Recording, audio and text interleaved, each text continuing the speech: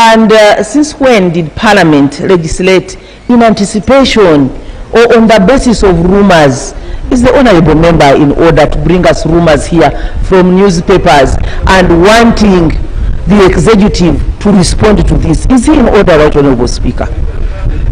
Honourable members, our rules have a rule against speculation and anticipation.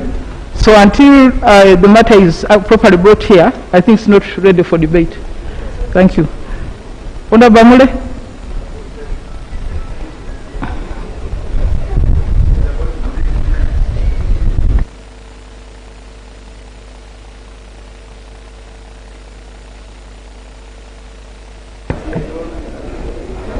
Thanks so much, Madam Speaker.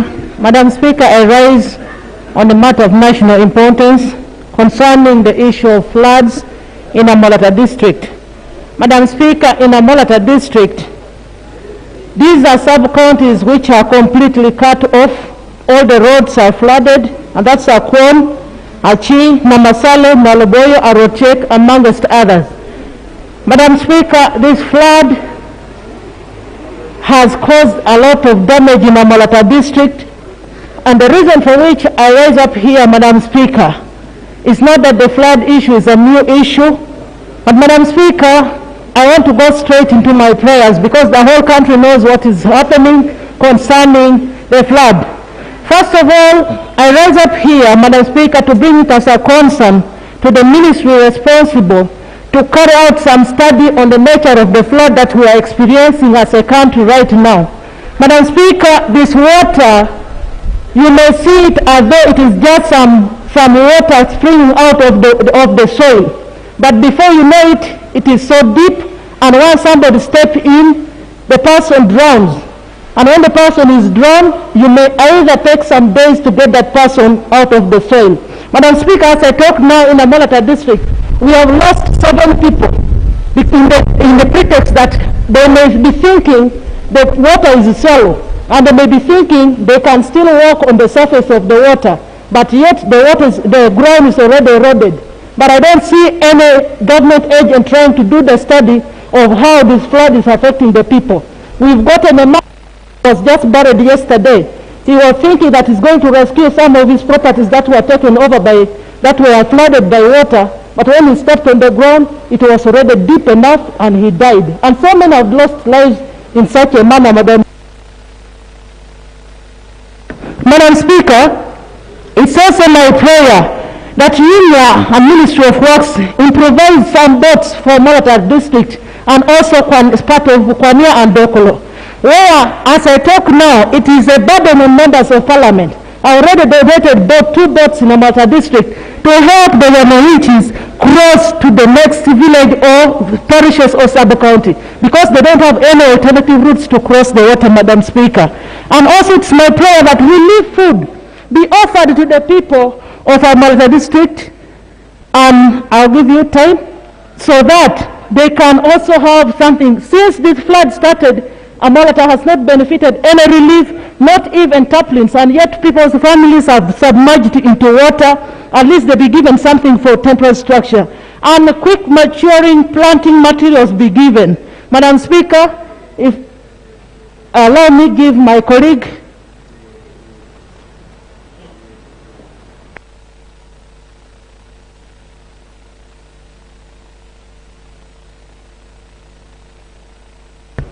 Thank you, Honorable colleague, and thank you, Right Honorable Speaker, for giving me the opportunity. Right Honorable Speaker, our people along the Albert Nile or different water bodies in this country are really suffering due to these rising water levels. Madam Speaker, I was in Pakwach last week. There is a strange skin disease that has erupted due to these water rising levels. There's a lot of itching, and it comes on the skin like similar to somebody suffering from cancer. Madam Speaker, in about 5 villages of Ombara, Chikiti, and Kego villages, it causes a lot of itching. Over 40 households had to leave their homes. It is even causing problems to the level of intimacy between couples, such that the itching is too much, Madam Speaker. And you know, waterborne diseases are it's really a problem, Madam Speaker. We need the intervention of Ministry of Health and Ministry of Agriculture to find out what is this worm that is causing problems to the people. Is it coming from because of the floods? Because it's even eating their crops, their cassava and what have you. Madam Speaker, we really need urgent attention as people who are living along the water bodies.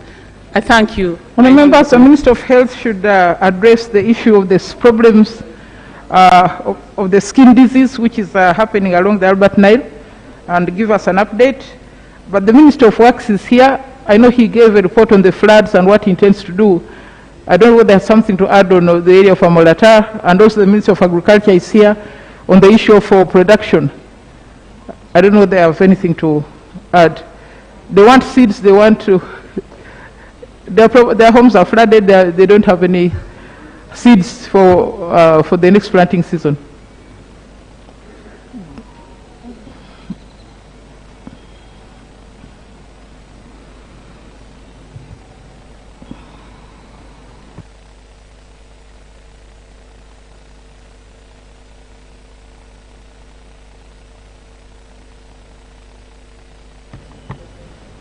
Madam Speaker and honorable colleagues, the ministry is considering remedies for those people affected by floods. Our honorable colleague for fisheries, Honorable Helen, is actually there trying to assess the situation. We shall be back to this house in less than 2 weeks to report on the action to be taken. Minister of Works.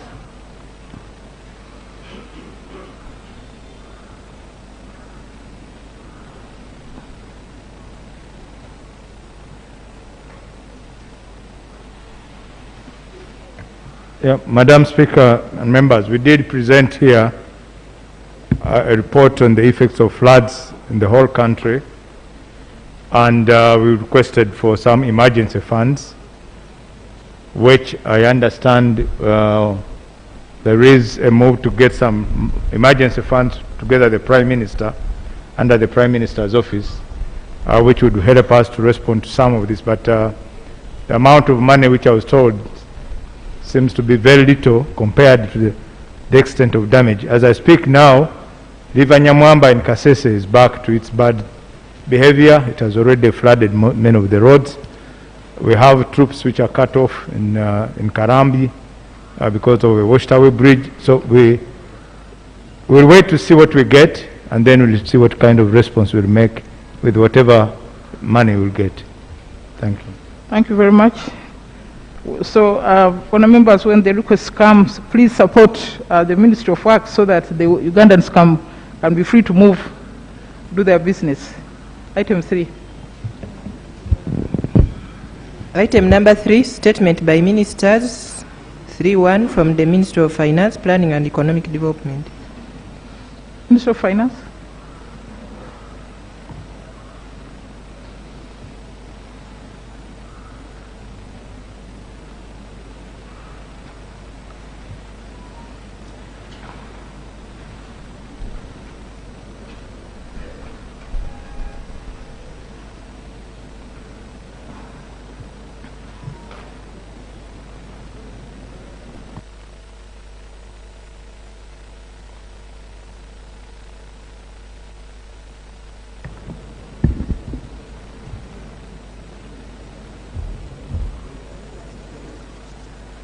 Right, Honorable Speaker,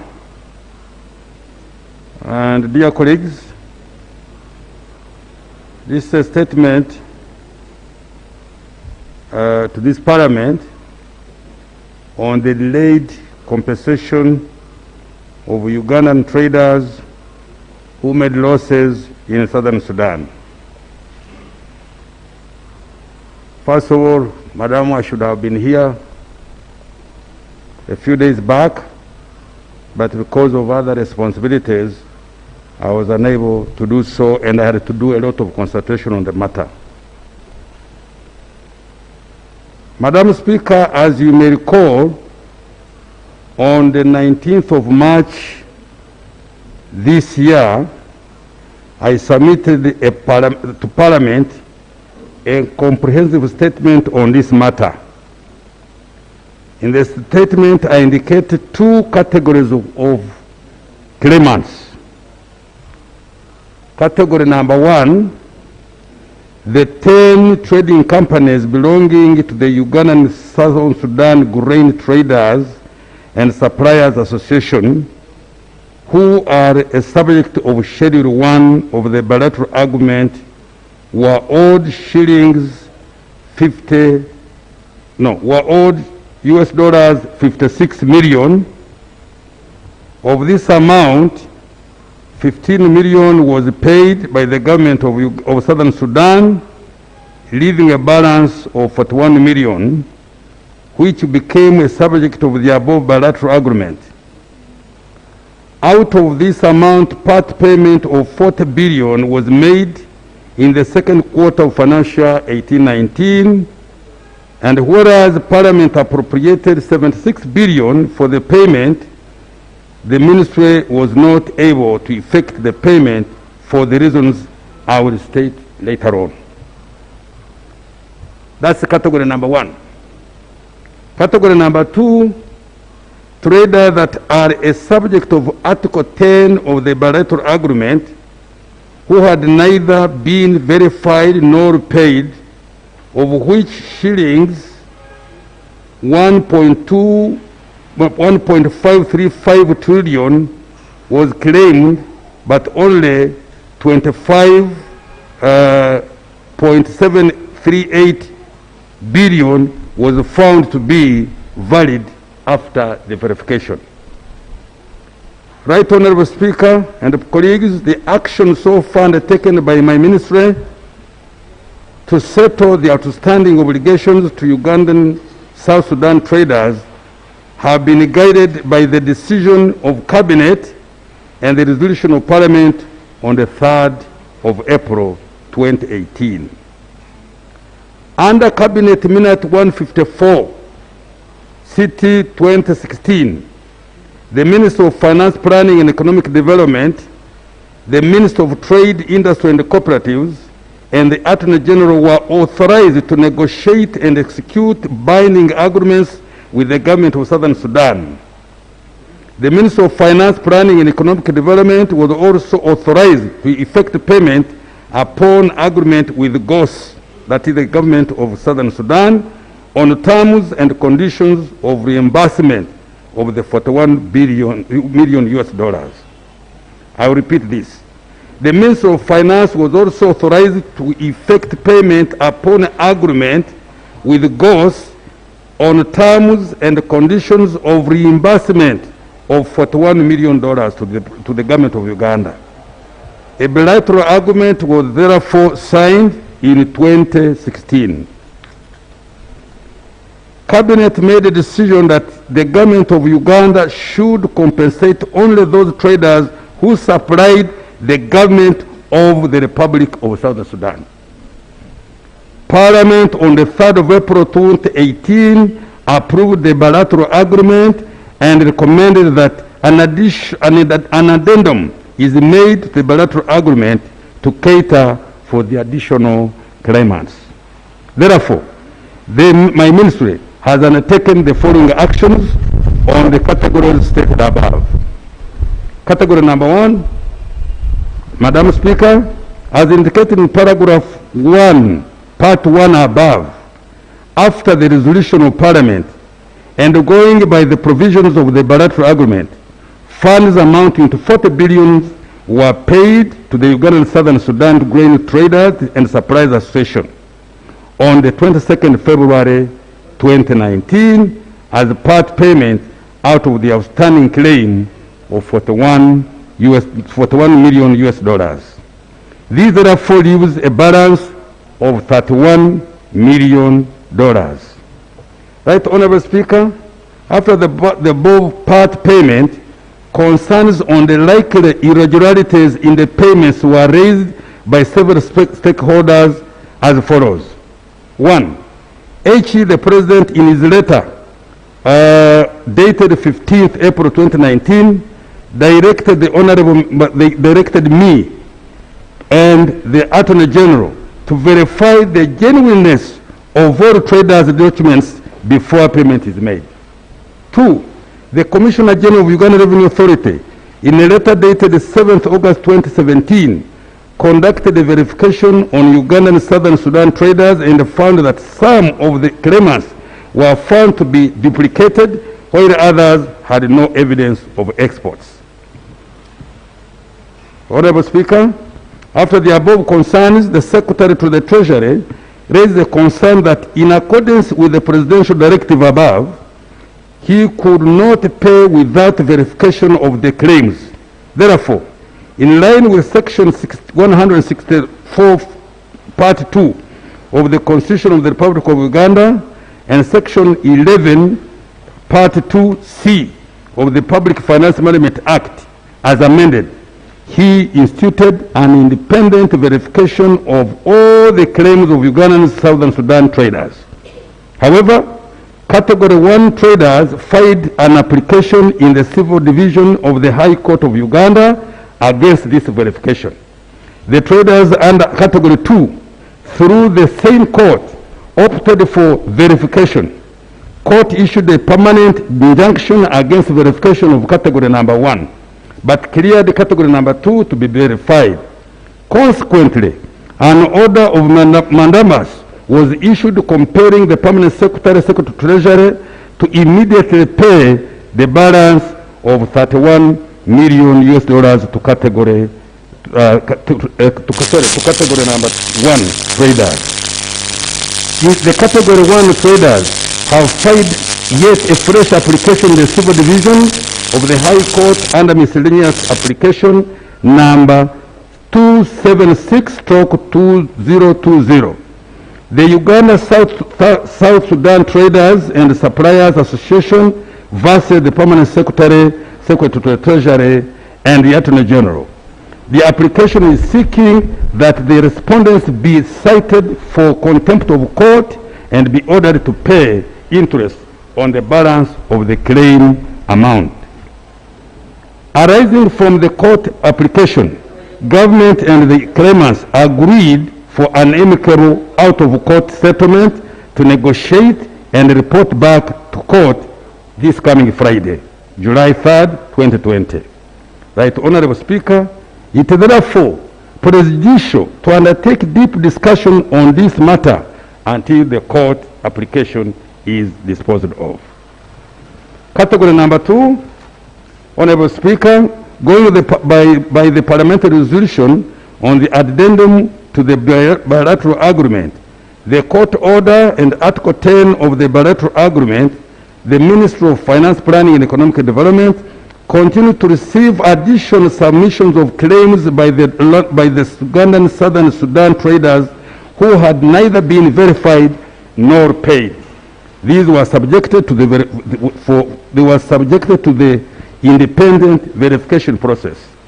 Madam Speaker, you will note that of the 160 Category 2 traders that submitted their documentation for verification amounted to 1.535 trillion Uganda shillings. Only 3 claims amounting to shillings 25.738 billion were found valid. The rest of the claims were questionable.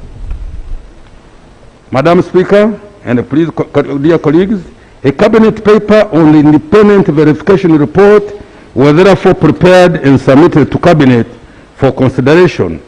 Further action on category number 2 traders therefore awaits the decision of cabinet in order to amend the bilateral agreement to include category 2 claimants. Conclusion, Madam Speaker, government currently has a stock of approximately 1 trillion in unpaid court awards, including the award of the South Sudan traders as indicated in paragraph 10 above. Some claims date as far back as 20 years ago. Due to resource constraints, these awards cannot be settled at once as was directed by court. To settle these court awards, the Ministry has developed a criteria that involves signing of consent agreements with willing claimants for a payment plan that can fit within the government cash flows. The criteria is as follows. The principal amount is paid in full. Accumulated interest on the award, if applicable, is discounted by 50%. Interest stops accruing after signing of the consent agreement. Payment of the award is made within a maximum period of 5 years. To date, this process has saved the government of Uganda shillings 300 billion. Madam Speaker and colleagues, whether the funds were appropriated in the budget for financial 1920 to settle these outstanding payments, the delay was majorly as a result of the court processes. The need to holistically authenticate the claims and the financial constraints faced in the financial 19/20.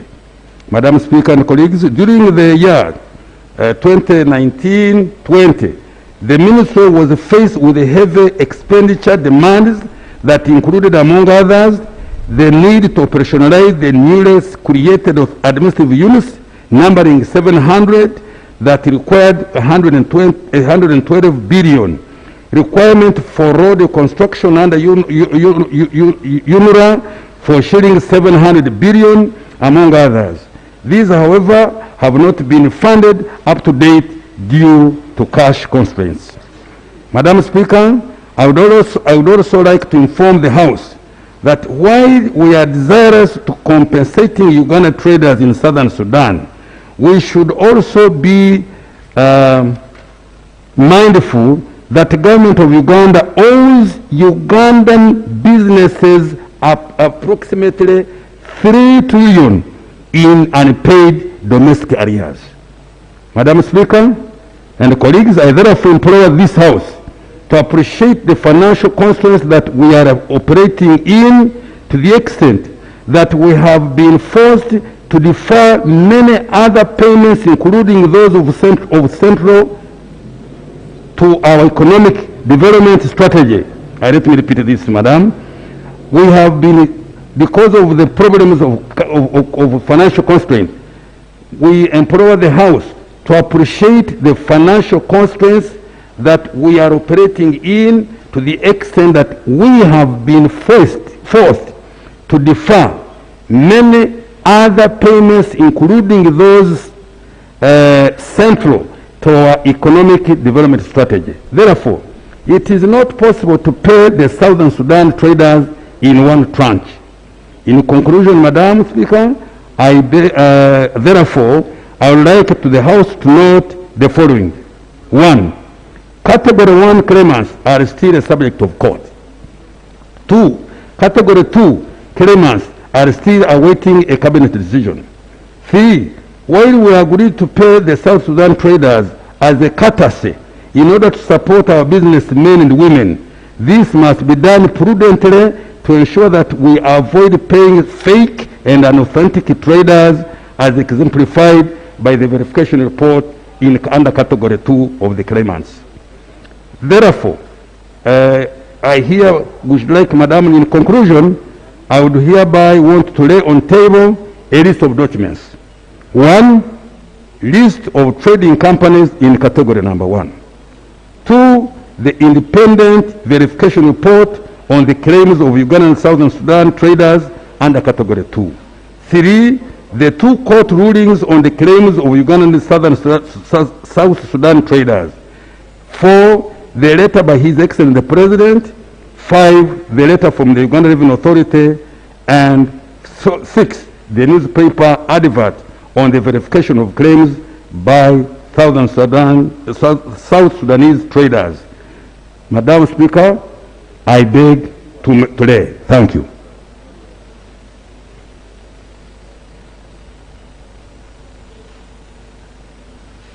Honorable Gwal. 3 minutes, please. Right on.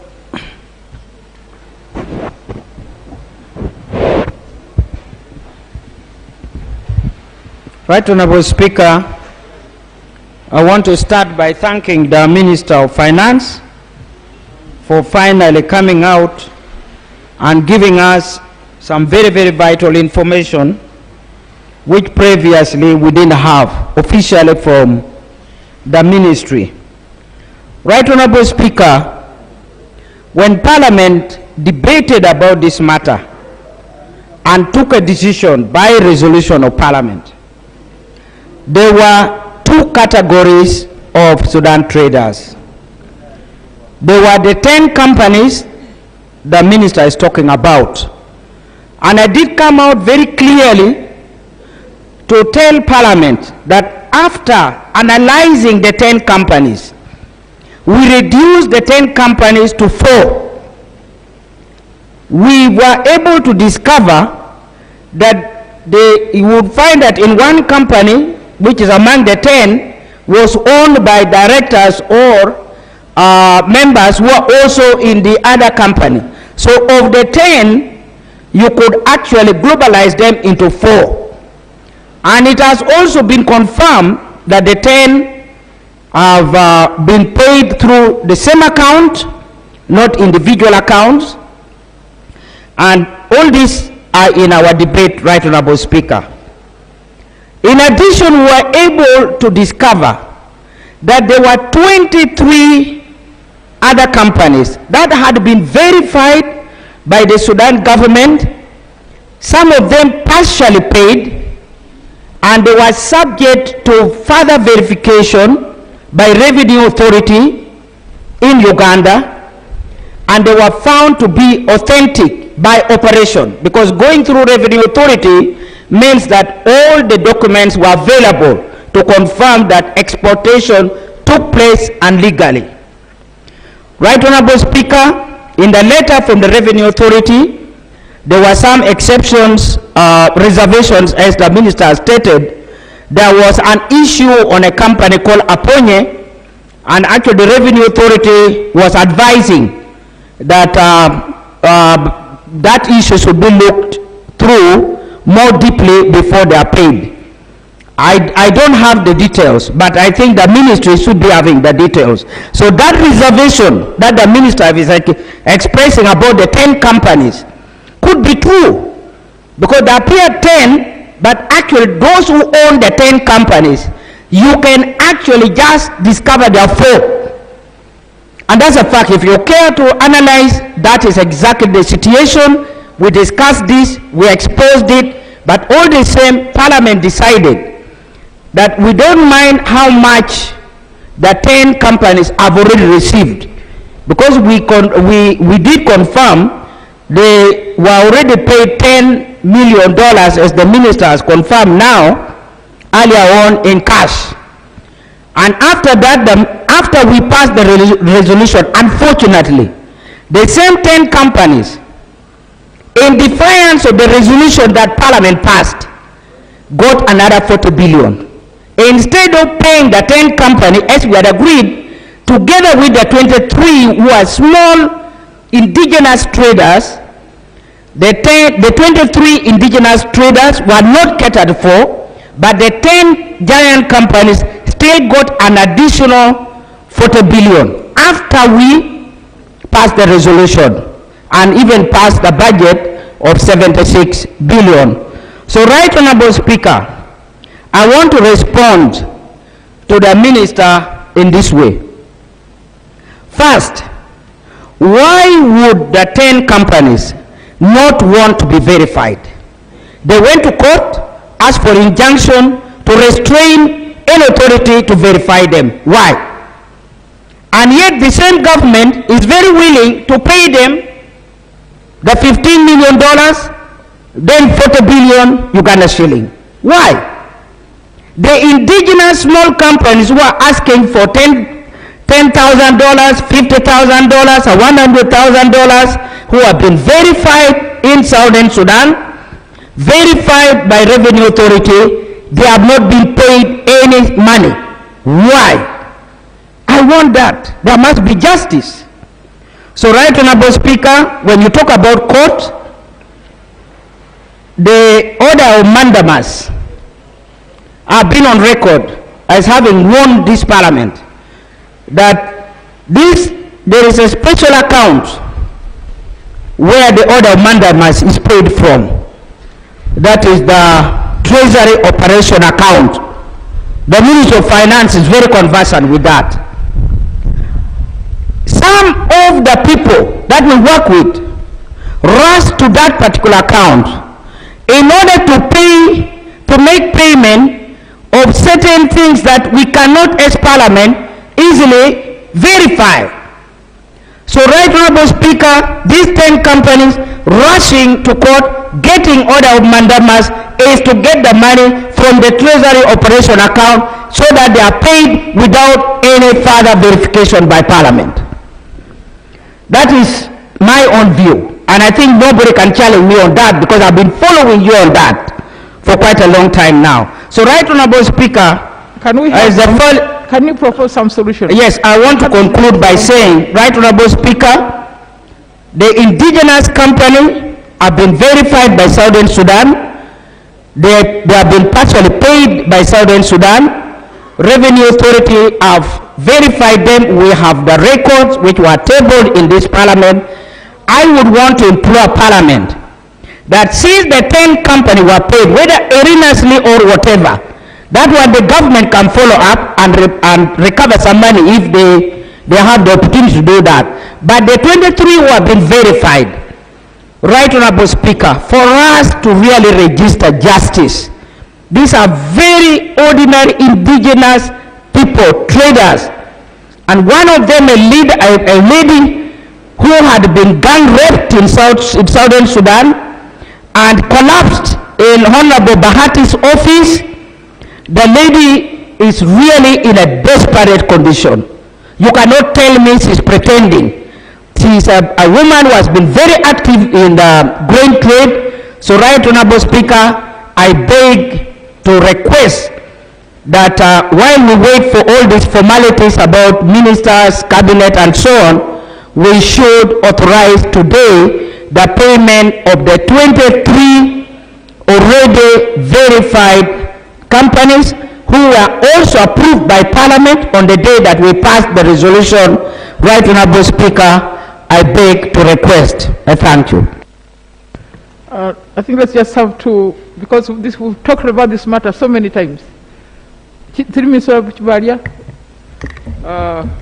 Kagadi, our chair of ad hoc committee and the chair of... Thank you, Right Honorable Speaker. Right Honorable Speaker, 3 minutes, please. When we debate the issue of South Sudan traders, as we go back, we are not making any headway. With the due respect to my mother, Sister, Right Honorable Speaker, we debated this thing in that line. At least with the South Sudan traders, Right Honorable Speaker, I speak with authority because I went to South Sudan. Right Honorable Speaker, when we were even demanding for the payment of the 23 members, that category 2, the PS, the Minister of Defense, the Minister of Finance asked us that if you have failed to pay the 10 that we verified at a time when they had finished the supply, how do you expect to pay the 23 that you want us to verify now? They signed a sovereign guarantee for government of Uganda to pay on behalf of South Sudan. That's why they asked, if you have failed to pay the 10, now you want to verify the 23, when will you pay them?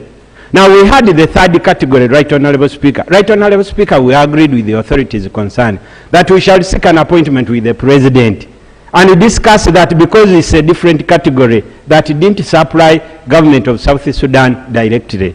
Right Honorable Speaker, the issue here is the government of South Sudan, using its authorities, verified the 10 companies. They sat with the government of Uganda and agreed to pay. Why has the minister failed to pay them? That is one. Two, they have said you verify the 23. Right Honorable Speaker, we are in South Sudan. He talked to the Minister of Trade, to the PS and the Minister of Finance here, and said these people wanted to form a body to begin the verification exercise.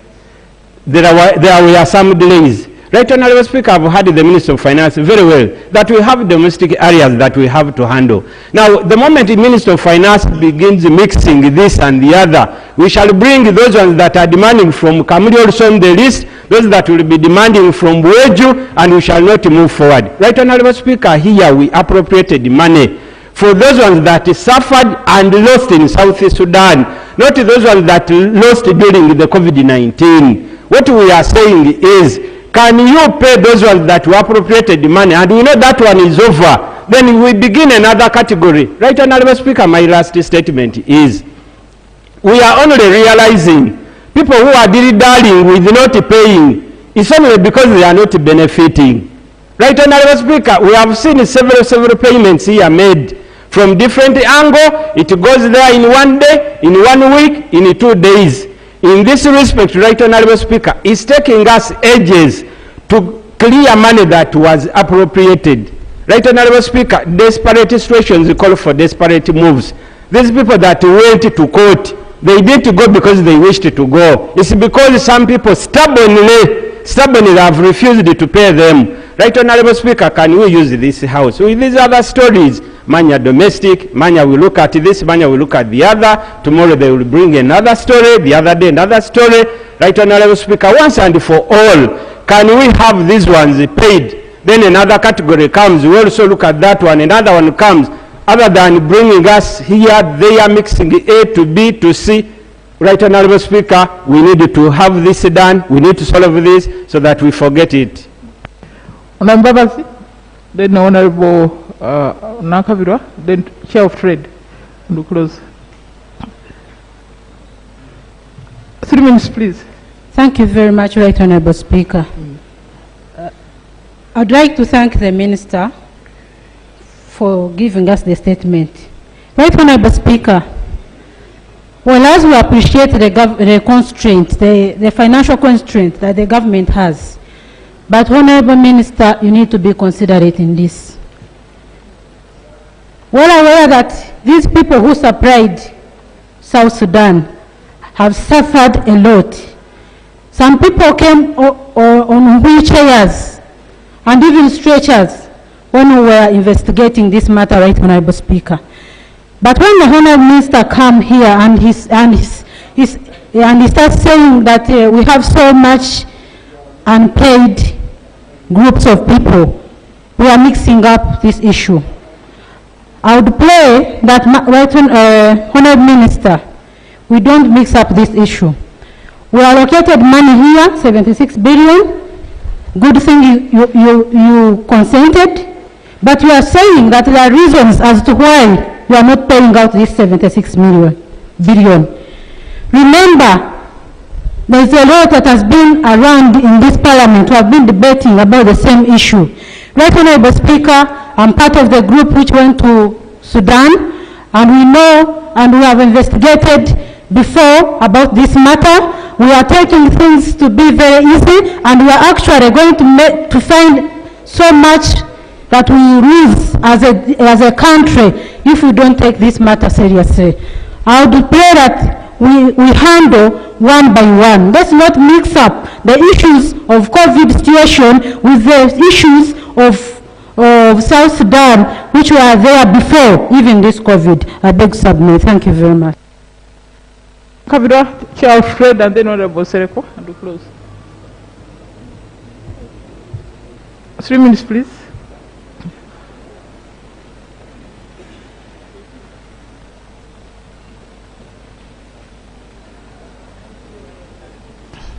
Thank you, Right Honorable Speaker. I want to thank you for speaking for the oppressed. And I want to register my disappointment first to my elder, Omonyo Kashaija, because I know he's a fighter, but I want to call upon his heart, truly and genuinely, to turn Ugandan. Right Honorable Speaker, you sent us to South Sudan. It was after the traders that complained. In our meetings, we interfaced with the Ministry of Finance because they were a part of the witnesses the committee called. That time, they used to inform us they are failing to pay traders because they have not been verified. Because the government of South Sudan has refused to send a team to verify. That is the reason we thought it important to go to South Sudan. We went to South Sudan. We were received. We had realized there are different categories of traders. One, the category of the 10, these supplied grain reserves of the country. Their demand was $56 million US. They had been given under a memorandum of understanding $15 million US. They remained with a balance of $41 million US.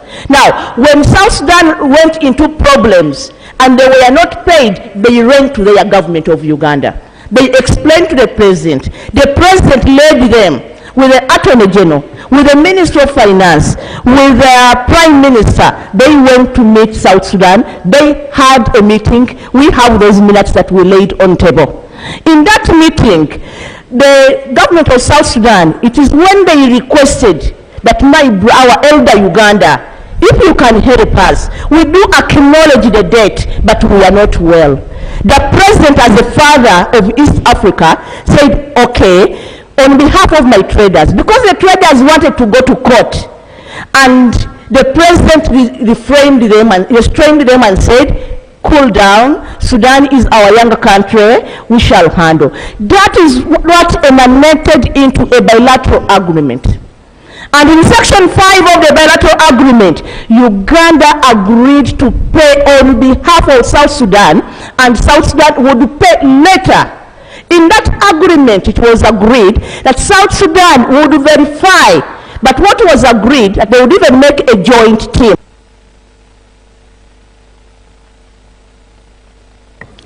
That's what the Minister of Finance was telling Parliament, that South Sudan has not given them a team.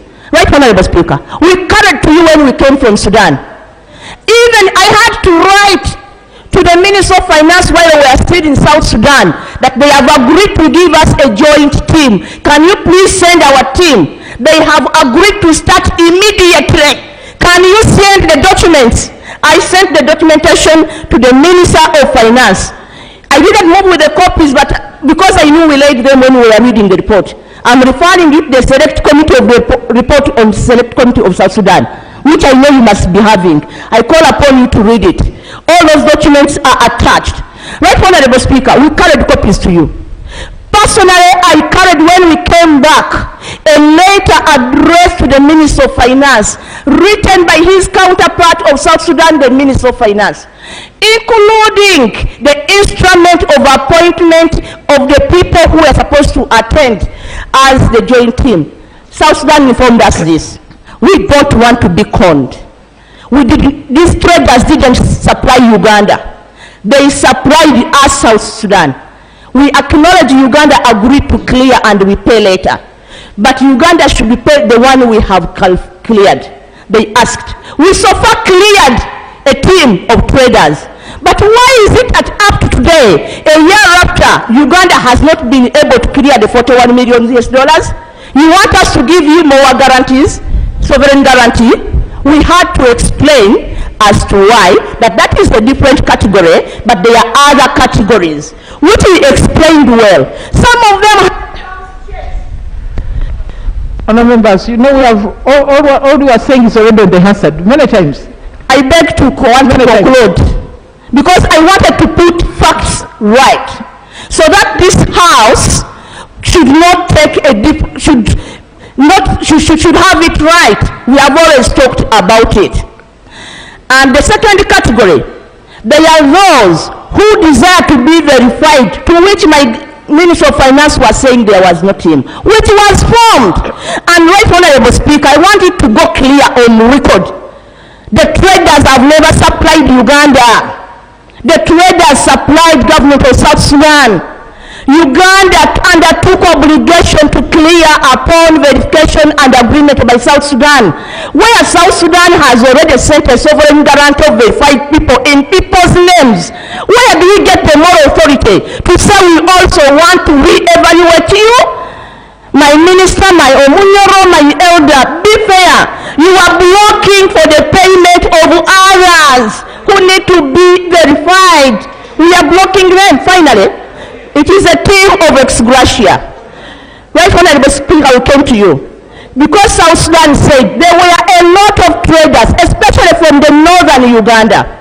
That's why I disagree with the issue of Uganda Revenue Authority, because their records cannot show at the border. Some were buying the maize from the stores of the big traders in South Sudan, as they had established their very big markets, and then they supplied. That category, South Sudan said, including those who had lost property and houses. That's why we brought in the Minister of Defense. They had to come because some Ugandans were doing consultancy services. Where does Uganda Revenue Authority come in to verify for somebody giving consultancy services? There are those whose machinery had been destroyed, the ones that were giving services. One was cleaning the city of Juba, the others lost road equipment. How are you going to verify that? But we agreed. Parliament, you sent us. We did your work. We agreed with the government of South Sudan. We sat with 3 ministers, Minister of Finance, Minister of Defense, by then it was General Manyanga, the Minister of Trade and Industry, General Mayom. We reached an amicable agreement. Why then should my government fail the people? Right, Honorable Speaker, in concluding, in our report of the Select Committee, we proposed, when we looked at the 76 billion, we knew we desired over $1 trillion. We gave a recommendation that was approved by the House, that in a situation where our government cannot absorb, we can do domestic borrowing. Right, Honorable Speaker, we want to be... Oh, please conclude. How are you going to do economic stimuli when our traders who went to Sudan, their space has been taken over by other countries because they are bankrupt, they are losing houses, and you are now telling them to agree to be paid in 5 years when back interests are accruing? Right, Honorable Speaker, Minister of Finance, I want you to remember, the Minister of Trade, that on several occasions you have even stood and wrote to banks to hold and hold. Banks can't wait anymore. Let us resurrect the plight of the traders. Let my government stand up today, speak for the ex gratia group. That is the one the Minister of Finance is supposed to verify. The ex gratia whose documents are lacking, but they genuinely traded, they genuinely lost. The ones carried over by South Sudan, obliged upon by the government of Uganda to clear. Kindly let us resurrect their pride. I thank you.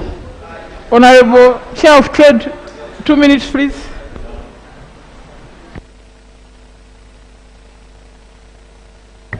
Thank you, Right Honorable Speaker. I think Honorable Nankabira has said it, almost said it all. Madam Speaker, you sent a team from Parliament. The term is ending. We are going to lose the institutional memory by the next term, unless we are saying by next term, the next group, even those who did come back, who will not come back, shall come back and interrogate the same problem. Time is money. Procrastination, postponing, means that the Minister of Finance has now brought in another problem of COVID. If they had settled the matter early, then we will not be suffering with the same problem. The Committee of Trade is being pushed to re-enter the same negotiations. There are small traders who are appealing to the committee. But for us, we are saying this matter has already been dealt with. They are the big traders, but they are the small ones who almost lost everything. And now COVID is compounding the problem. So we are asking the Honourable Speaker, Minister, we even have models of tobacco traders, the ones the President promised, those that lost money during tobacco. And they are everywhere. Please, Right Honourable Speaker, let the Minister not compound the problems on his desk. So we are appealing to you that Parliament makes the final resolution on this matter. This matter has spent like 4 months on the order paper to be discussed. Now that it's discussed, we are again going away with nothing. So, Madam What Speaker, are you proposing? Propose so that we can take a decision. let the Minister of Finance recall the committee that considered the matter. They sit on a round table and solve the matter. Plus the traders. No, Because they have the record. no, this Or house, otherwise, they pay using the supplementaries that we pass here every day. this house took a decision. Yes. We appropriated money. There's nothing to discuss. You just pay. Please, Honourable Minister, you have a cut-off. You have the money. Please pay the traders, and we conclude the matter. Thank you, Vice Honourable What else, Speaker. Sedoko? Final.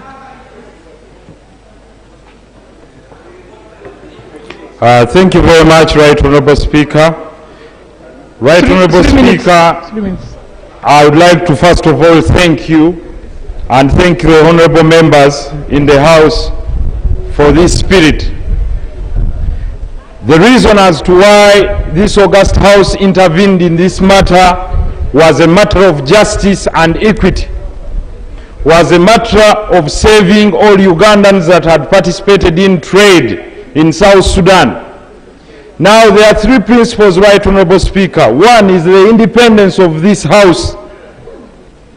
There is no reason as to why this House performs its duty of appropriation, undertakes resolutions when the executive is part of this House, and the executive goes back to negate the resolutions of this august House. Right Honourable Speaker, the Honourable Bahati should stand up before this House, who are before this House, and he committed that please accept that we pay this time on grounds that when a thorough investigation is carried out by the Select Committee of Parliament and the resolution is undertaken and observed and accepted by all members of this august House, we shall abide as is. What happened later? Today we are coming back and running around circles.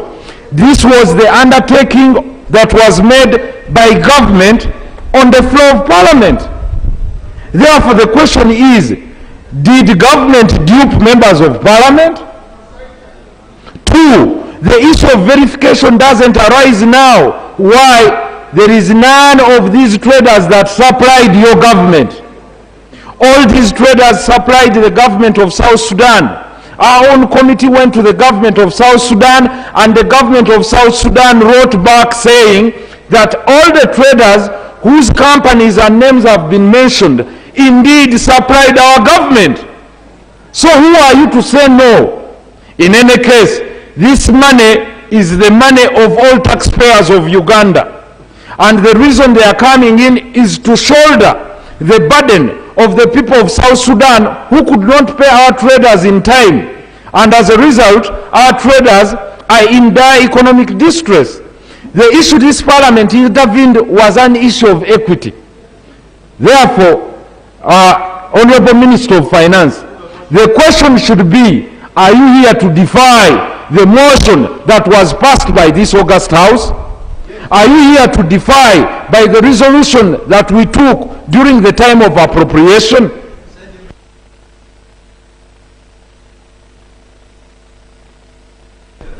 Therefore, Madam Speaker, there is only one solution that our honourable brother can do.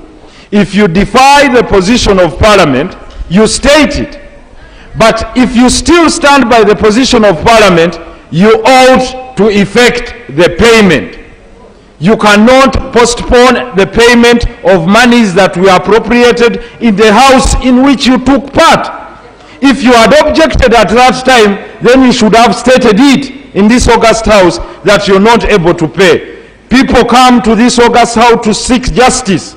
This august House has powers to pay. The issue, Madam Speaker, is that we should stand by our resolution that what we adopted from the report of this Parliament should be upheld, and the Minister of Finance either pays or resigns, or we force him to resign. Honourable members, since we passed that resolution, no one has come with a motion to rescind our decision. Therefore, the decision of this House stands. So the Minister of Finance, you have to pay the South Sudan traders. And if you don't, we shall know what to do with you. Please, Minister, forget the cabinet issues, go and pay. Go and pay. Let's go to item 3.2. 3.2. Item 3.2, statement by Minister on alleged use of government property on the disputed land in Kiura Central Forest. You want to say? Okay, Minister.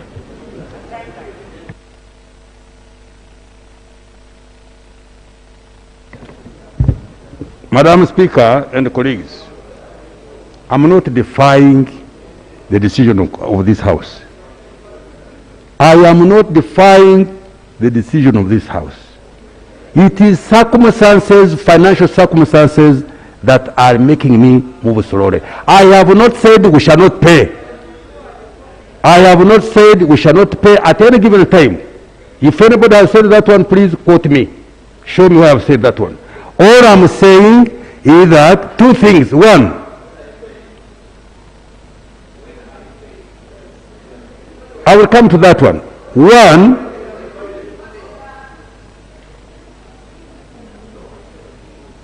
the government has priorities.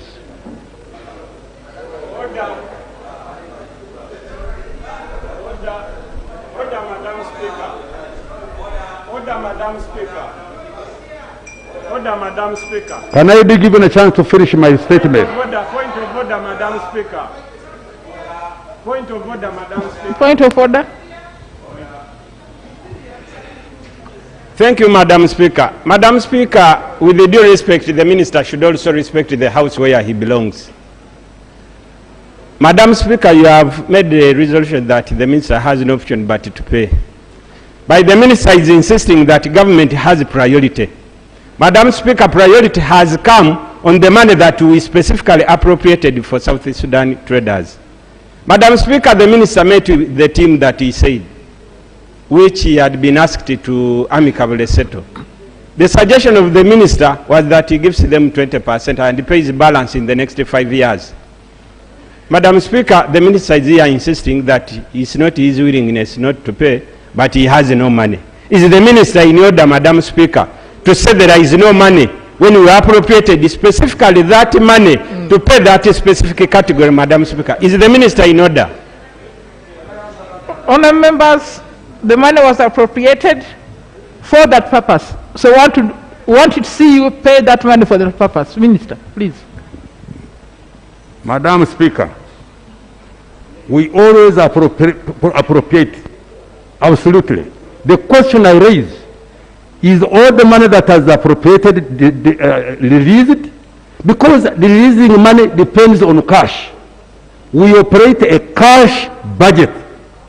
You can appropriate, but if the treasury does not have cash, that cash will not be made available. Honourable Minister, I don't know why the government has not even taken up the option of following up the South Sudan government to raise money. Why haven't you done that? This is just lack of, I don't know. Madam Speaker. Madam Let's Speaker. go to this item. Madam Speaker. And the Minister wants a report in 10 days about this payment. Okay. 10, yes. Item number 3.2, statement by Minister on alleged use of government property on the disputed land in Kiura Central Forest Reserve. Minister, it was a question from both Works and Agriculture. They said is it your tractors, is it your agriculture tractors, was the equipment in Kiura Forest? Minister of Works.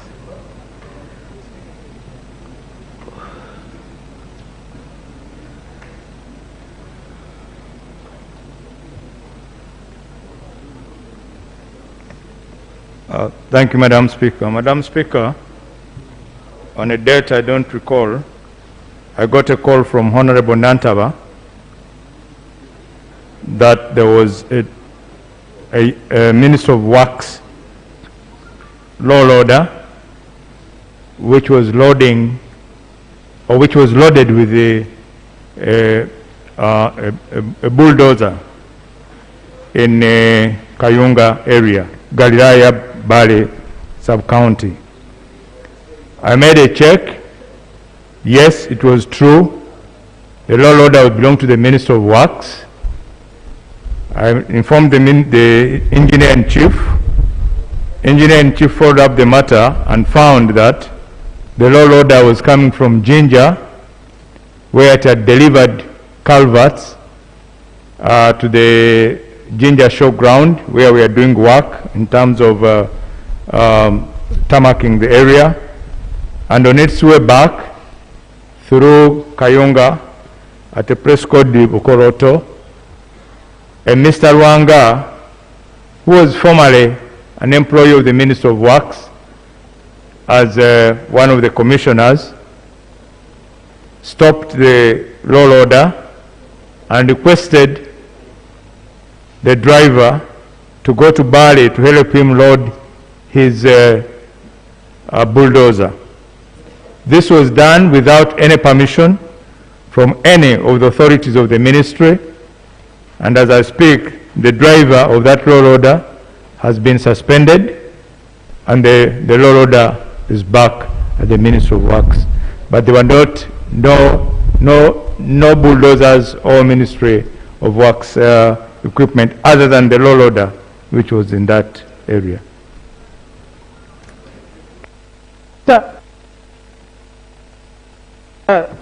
We can also finish item. There was an item which has been can we do it item 7 quickly? Item 7 on the mandatory inspection.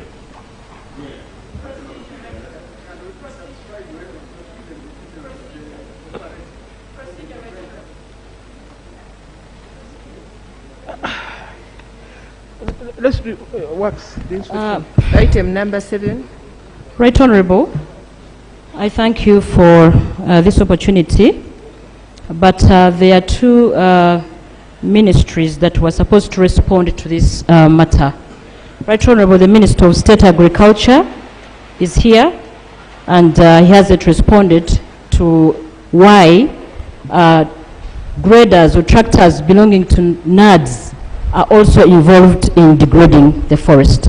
Right Honorable, I want to thank the Minister of Works, because I found the wheel loader loading those bulldozers in the middle of the forest, and I took photographs and I sent them to the minister, who responded immediately, and he told me he was going to suspend that driver. But Right Honorable, for NADS, as I speak now, the tractors belonging to NADS are still in the forest doing the erasure, degrading and destroying the forest, even when the minister and the Ministry of Agriculture is aware of this misuse. Right Honorable, I beg that he presents his statement, because the impunity is ongoing. I beg to submit. Members, order paper reflected 2 ministers. I don't see the other minister. That's why I wanted to finish the other work. Oh, he's here. Oh, he's here. Oh, okay. Okay, Honorable Bajire.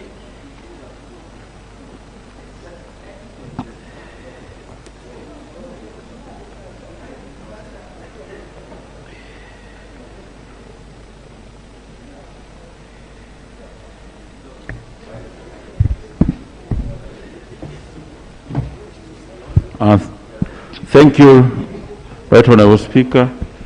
Right Honourable Speaker, the issues of tractors that Honourable Nantara has put before this August House, I want to respond as follows.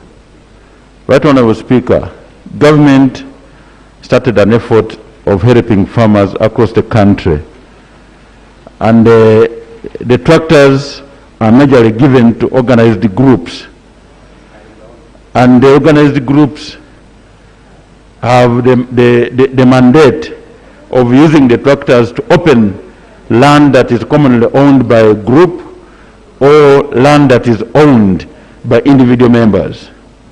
But also, if the group allows, they can hire out the tractor for commercial purposes, that they can get some little money to help them for maintenance. So these tractors are given to farmers, and when I spoke to Honorable Nantaba, I told her that I wish we would get the number plates. Then we would find out which tractor had been given to which group. And then we would find out under which circumstances this tractor has ended up in destruction of a forest. Right, Honorable Speaker, the guidelines that are given to the farmer groups, some of the issues that are raised, for instance, they are not supposed, for instance, to carry bricks commercially for building for others. They are not supposed to carry charcoal. That is getting involved in environmental degradation. So we are taking up the matter, Right Honorable Speaker, because when I spoke to Honorable Nantaba, she told me that it's not her responsibility to get us the number plate. So we are moving on the ground to find out.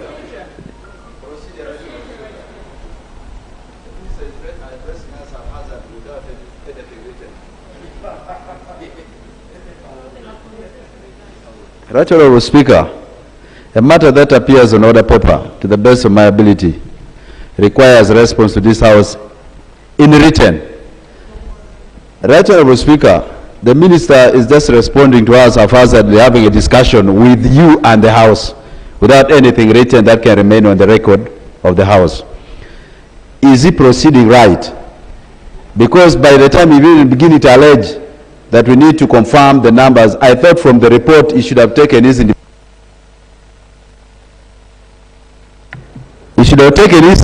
as in charge of the docket, his independent verification exercise, interrogation exercise to find out which tractors are those, so that the House is fed on right information. Right Honorable Speaker, is he proceeding right by rumor mongering here?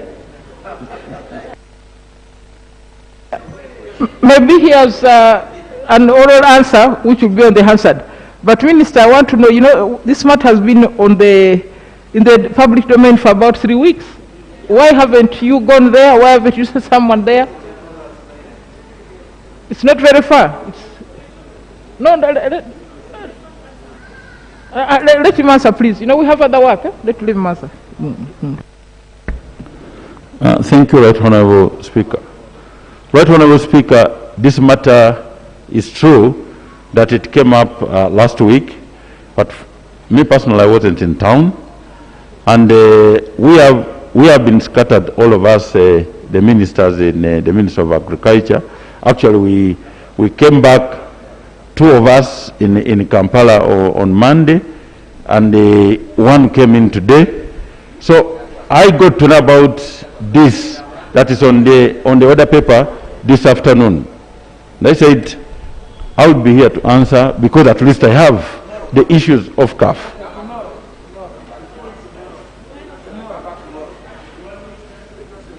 Out the particulars, but also you are expected to send your technical officers here when Parliament is sitting. They are supposed to be here to record what is happening so that they can... Right Honourable Speaker, let me ask for some time. And I think on Tuesday next week, Honourable Speaker. Okay. Right Honourable, you do recall that I alluded to the same minister for having contacted me to liaise with the people who are destroying this forest.